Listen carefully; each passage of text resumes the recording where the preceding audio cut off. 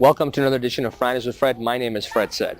Today I'm talking to you investors out there when it comes to buying real estate. And I'm going to talk about a few different things that when you buy a real estate investment to hold and to rent for cash flow, what are some of the major things you have to look at? Well, number one, obviously you want to look at what's the price of the property. And then number two, what am I putting down as far as down payment goes? Because really, when you look at your return on investment or cash on cash return, it's really based off of the money that you're going to put into the transaction. So let's say you buy a $400,000 property and you're putting down 25%. So the cash you're investing is $100,000. So everything else is based off of that. So number one, price. Number two, the cash invested.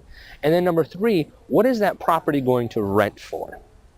Because then that would be the income you get versus the expenses of the mortgage payment, the homeowner association dues possibly, the taxes, the insurance, and everything else you're going to calculate. And then beyond the rent, what type of family am I going to be able to get, or type of renter am I going to get for that type of property?